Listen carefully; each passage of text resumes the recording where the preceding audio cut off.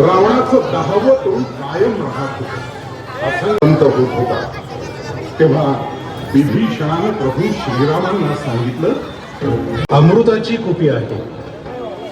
रावणाचा मृत्यू करावयाचा असेल.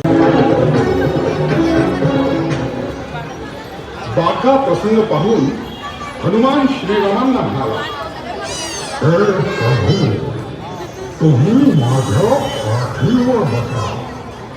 मी रावणाजवळ घेऊन जातो आणि तेव्हाच तुम्ही त्याचा वध करू शकाल. आणि हनुमानानं प्रचंड गर्जनेसह प्रभू श्रीरामांना पाठीवर घेऊन रावणाच्या दिशेने उड्डाण केलं.